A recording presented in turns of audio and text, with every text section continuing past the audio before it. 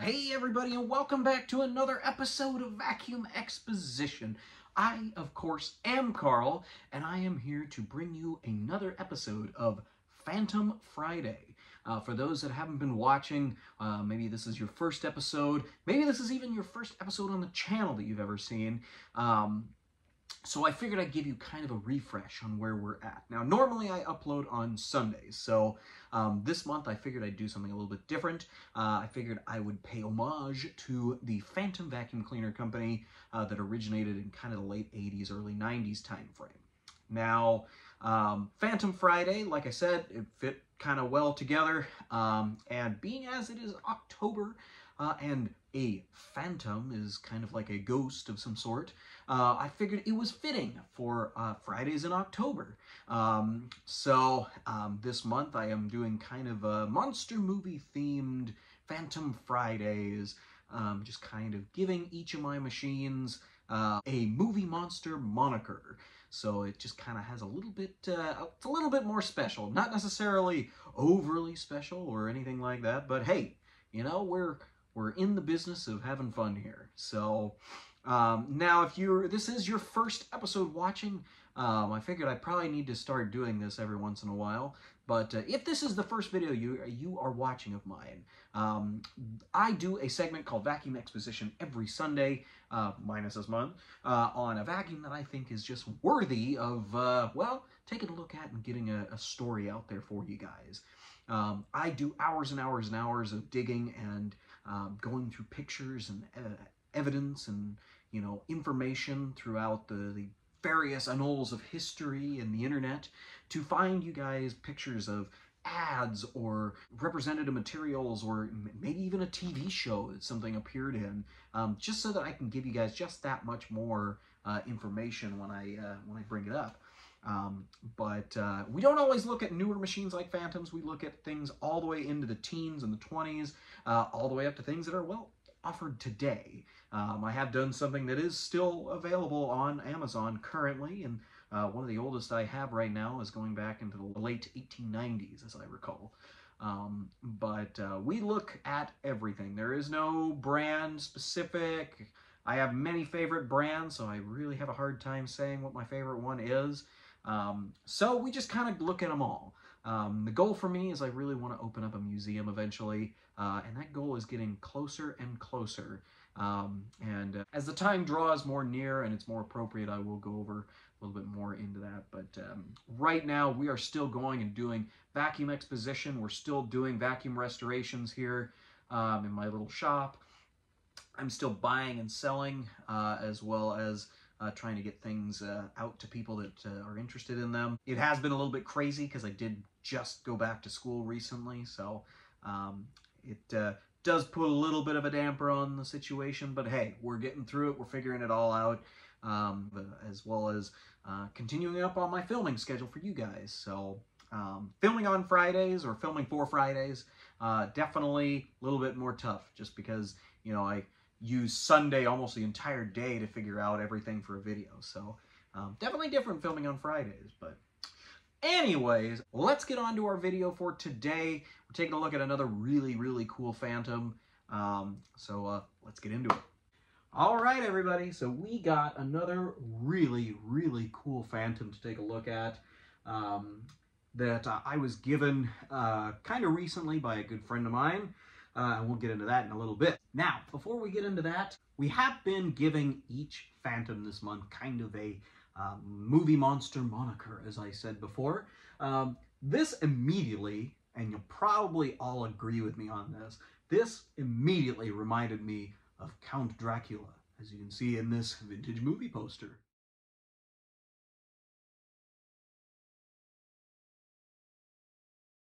Now, realizing, you know, how can a vacuum remind you of a movie monster? Really, it's in the color and the regality that this machine displays. You did get the typical kind of color scheme that most Fantoms were known for. You had the black with kind of maybe some purple accents, maybe some chrome in there, just giving it all that kind of movie monster vibe. So very, very interesting just to kind of bring up these things and take a look at the similarities that they may have. Now what we're looking at is a 2006 FC285HL Fantom. This particular machine was considered a commercial rated machine. I don't want to go ahead and say that it is a true commercial machine just based upon, well, the build quality of this particular machine. While it is a pretty rugged machine, don't get me wrong, it just has a little bit of the kind of the creaks and a lot of plastic content all over it. So I personally would never use this as a commercial machine, but they did intend it to be as such.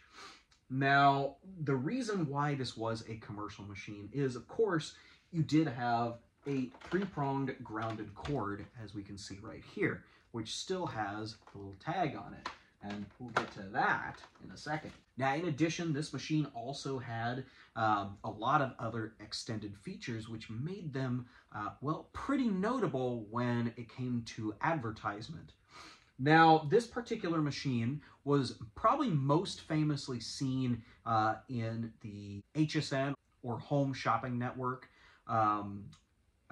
advertisement videos and such like that. So it was a little bit different than the machine we're looking at here, but still the same machine basically. And I'll show a screen grab picture of one of those advertisements right here.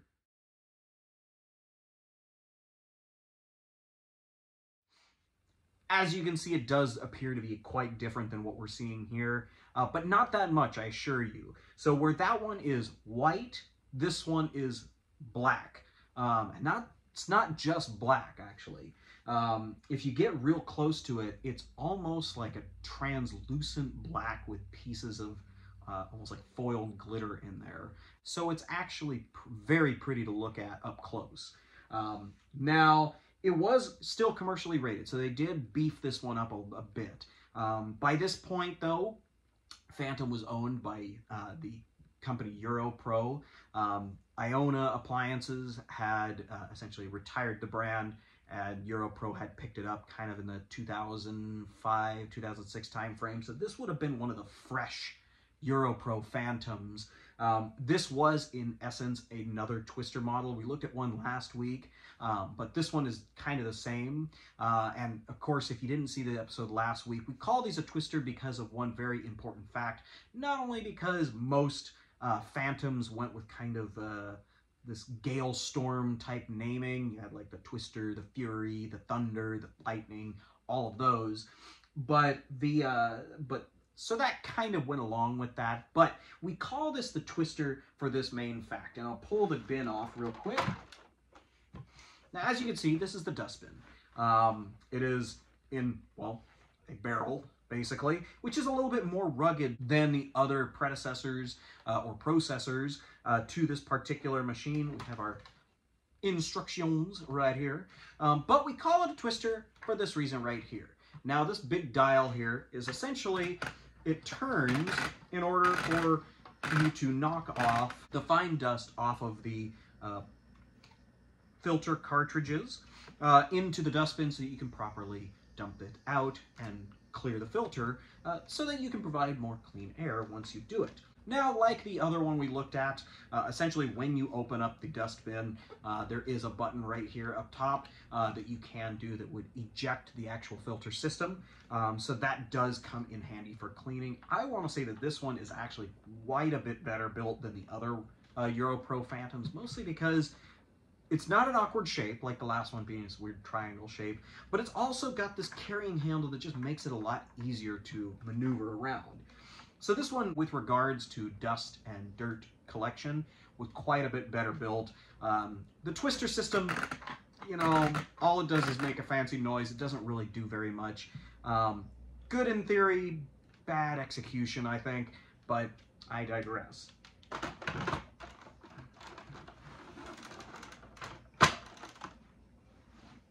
Now, this machine also offered a lot more features to it that were very, very important. First and foremost, most Fantoms, at least, did not offer very deluxe headlights. You know, it was basically kind of like your generic vacuum cleaner. They had, you know, just one single bulb or something like that. This one actually has LED headlights. And for a machine in 2006, that's actually pretty interesting that they had such a, well, a technologically advanced set of headlights, but I guess it makes sense because this was pretty top of the line at the time. Now it also featured a dust bin full indicator, so basically a suction cutoff valve that would be triggered and would light up down right here. So when that comes on, just like lights on your dashboard in your car, when that turns on, you got to get something fixed if you hadn't already noticed that it was already doing something it wasn't supposed to. But either way, very interesting feature. You did have a height adjustment right here, very similar to a Eureka regulator. It just was a slide. Very nice. This was a twin motor upright, so you did have one for the brush roll and one for the suction. Now, in order to control the brush roll, we did have a big switch here on the side.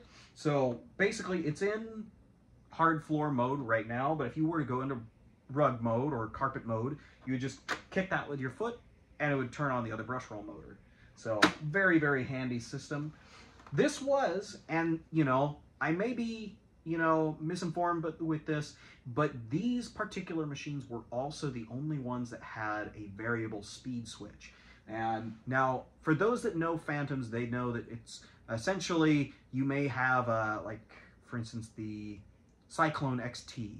That particular machine had 2 speeds on it. So you had a lower speed for maybe doing, like, hard floors or delicate surfaces or something like that. And you had your high speed, which was for just down and dirty, getting vacuum cleaning done. This machine was a tad bit different. Now right here, it's kind of blocked by this big thick cord, but you have your power button right here. Now that's all well and good. Fantoms usually used a very large power button, like on the Thunder. There was a giant rubber on switch cover. Not rubber, but you know, you get the idea. But you also had this little wheel right here. Now, it's currently set at a lower speed. I do like to leave variable speed machines on their lower setting when you turn them on. That way you don't like charge that machine all the way to 100%. But what you would do essentially is you turn the machine on. If I were to do it, I would turn the machine on in bare floor mode, so the base motor was not on quite yet. I would slowly but kick on the rug mode to turn on the brush roll, and then I would crank that speed all the way up right here. So that would give me basically peak performance of this particular machine, and thus giving me the best chance at cleaning. So this machine also featured something that a lot of vacuum cleaners haven't offered and don't offer, oddly enough, but it had rubber tires. Now I want you to think about something real quick. Rubber tires were not something that you would think to put on a vacuum cleaner. Some of them did over the years, a lot of things did early on, but vacuum cleaners in particular, they weren't known for having rubber tires. What they essentially do, rubber tires anyways, they make the vacuum quieter. They make it a little bit more enjoyable to put over the floor. So for instance, if you have like a newer Bissell with just plastic wheels, or maybe a Dirt Devil plastic wheels, when you run it over a hard surface, it sounds like you're crunching sand, even if there isn't anything visible there. With rubber, it just kind of goes over it very nicely. So very high-end deluxe machines do still have some rubber bumpering, but remember, that's another production process to make a rubber tire to go on a plastic wheel and then assemble it and then put it on the machine. That adds a lot more steps when you can easily vacuum form or mold form a plastic wheel that you can easily just take out, pop on, good to go. So very, very interesting that they had those features. Now, this being a Fantom, we did still have a lot of onboard tools. First things first, and probably the most important, we did have a turbo brush, which I'll pull out right here. This particular turbo brush, nothing really out of the ordinary, if you ask me. Pretty standard issue, no additional settings or anything like that, but still good because there wasn't a lot of Fantoms that offered stuff like this, or you just don't see it very much. So very, very cool to have this to go with it. You also had the extension wands as well as a very long crevice tool. Here is your standard crevice tool for this machine. It is super long, but that is because this was intended for being a commercial machine. If you are doing large surfaces, like an office building or something like that, you when it comes to doing the corners and stuff like that, you aren't going to get down on your hands and knees just like you would with any other vacuum with a hose, or maybe you got like 10,000 different extension wands. It does come with one, but you know, that's all you really need with this one to get down there and do a quick of the corners. So very, very handy, and probably the longest extension wand that I have ever seen. Now we'll come around to the back. Now this particular machine was very famous for Fantom because it did have the removable handle in order to do, well, up above and stuff like that. So that's what this kind of big wheel was right here. It was mostly a pivot point so that like when you took this handle out, it would essentially fold down under, and then it would be a lot more comfortable. There's a lot of machines, newer Shark Navigators, stuff like that, that still have it angled down, or they just have it on a revolving angle, which makes it really, really, really unpleasant to try to do like upper, you know, like in the rafters and stuff like that. So that definitely made this thing a lot easier to use in some ways, as well as other twisters did have this feature as well. Now coming along in the back, we didn't have a whole lot of other attachments that went with this particular machine, but that's because it's also a commercial machine. You're not going to have, you know, 9 different types of dusting brushes and upholstery tools and hard surface tools, mostly because they built it so that this thing didn't need it. You did, however, have your standard issue dusting brush and upholstery tool in the same. So essentially you just take that off, here's your upholstery tool. All good to go, put this back on, there you have your dusting brush. And it would just neatly clip on right here. All good, no problems. Now, because this machine is in such good shape, I figured I had to note this. Now, my friend Jared is the one that actually bought this, and he got it new in box. He didn't buy it new in box from the Home Shopping Network, but he did buy it from somebody that had it, perhaps in a back closet. Maybe somebody bought it a long time ago. They spent a lot of money on it because these were quite expensive from the HSN, but either way, they had it, stored it, left it in its box, and proceeded to put it up on Craigslist, eBay, and a few other different places. It happened to be local, so Jared did go ahead and buy it, made a quick video on it, and I actually showed a video of this thing running in my History of Fantom video, but over time he did have to let some things go, so this was one of the things he let go and let me have. So, and I'm very, very grateful for that. It is a really, really cool machine, and it fits in quite well with the Fantom collection that I have. So big, big thank you again to Jared for letting me have this and present this to you guys today. Now, being as it was a new in-box machine, I mean, a lot of the things on this are still untouched. Like that little piece of paper that was on the cord. It was a laminated, you know, kind of instruction thing. I'm going to leave that on there. Most people tore it off. It also has tape that goes over the filter cover. Normally, you would take that off so that you could access the filter when it got used or after it got used up and you needed to put another one on. Being as this machine is still very much NOS or new old stock, I'm going to leave that piece of tape on there because I do not intend on using this to the point where it's going to need another filter. It's going to be used fairly rarely and go with kind of a NOS section within my collection. But it does have all the little stickers and such, like the advertised thing on the bottom that says, like, oh, make sure to turn off the brush roll before you shut the machine off, or something like that. I don't know. But either way, it has all those stickers and everything still on it, as if, you know, it had just been taken out of the box. Now, we are going to get onto our run demo for this particular machine. The count is more than ready to get going on this thing. So let's get it all plugged in and take a look at it. Okay, everybody, we have the commercial Fantom twister all plugged in and ready to go. Like I said, the way that I am firing this up, as opposed to maybe how it was when it may have been a commercial machine, or if it had that fate, I guess, is I'm going to turn it on in a low speed without turning on the brush roll, just so you guys can hear how quiet it is when it's normal. And then we are going to turn on the brush roll and then beef that power up and get this thing going on the floor. So let's get to it.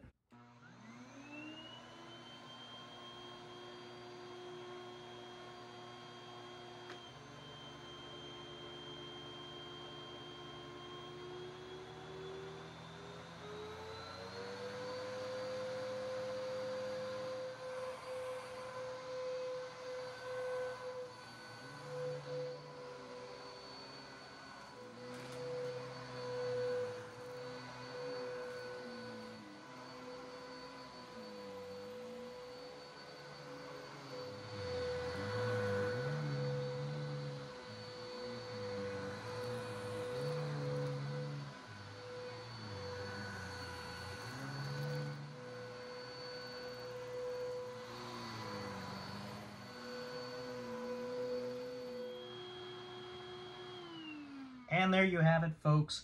The commercial Fantom Twister performed perfectly. I mean, it is a brand new machine, so of course, this thing did quite a number on my floor and made it very, very clean. So I hope you guys all enjoyed our little run demo. Well, everybody, I hope you did enjoy our little video here that we did on the 2006 Fantom FC285HL commercial twister machine. It is a really fascinating machine just to see kind of the build quality, what they considered something that would have been used in commercial settings, which unfortunately I foresee that these would have broken very easily. Something that I noted while I was doing the run demo was while the handle is pretty stout and even has rubberized grips at the top, you could definitely feel it flex quite a bit, and with constant use, and usually in commercial use, they're getting banged into something really, really hard, well, that probably wouldn't have held up very well. They also have a very, very simple handle release. There was just a plastic pedal that kind of went down in such a way that it was spring-loaded almost, and as that, you know, flexes over time, basically it would stop being effective and the machine would just continue to fall over and probably get thrown away, unfortunately. Now this one, thankfully, was spared away from any of those outcomes, being that it was basically just left in brand new shape in a box and forgotten about, well, for almost 20 years, which makes this still incredibly interesting to have and find, just because, you know, certain vacuum cleaners over time, they just got used. They got used, they got abused, they got thrown away, they got trashed, they got rebuilt, they got parted out, whatever. This one didn't. This one avoided it.